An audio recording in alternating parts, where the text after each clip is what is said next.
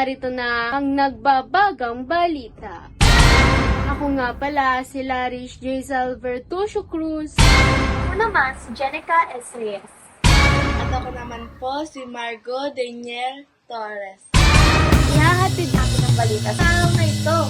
Nagsagawa ng isang aktibidad ang paaralang Holy Child Catholic School na tinatawag na role play na pinagunahan ng mga baitang pito. Halit na't panoorin natin ang video nito. Ano ang masasabi nyo, Anthony at Jenica? Mahusay! Napakagaling talaga ng mga kabataang ito. Maaari mo bang ihatid sa amin ang tema ng role-playing video na ito, Larish? Maraming salamat, Anthony.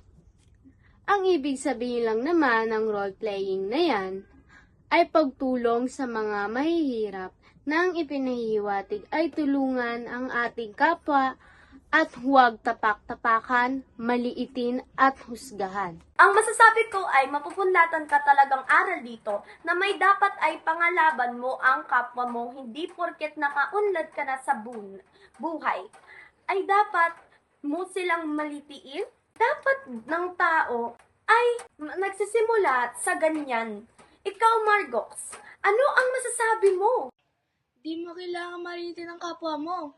Dapat ay tulungan mo sila sa iba nilang pangangailangan. Alright! Ayan!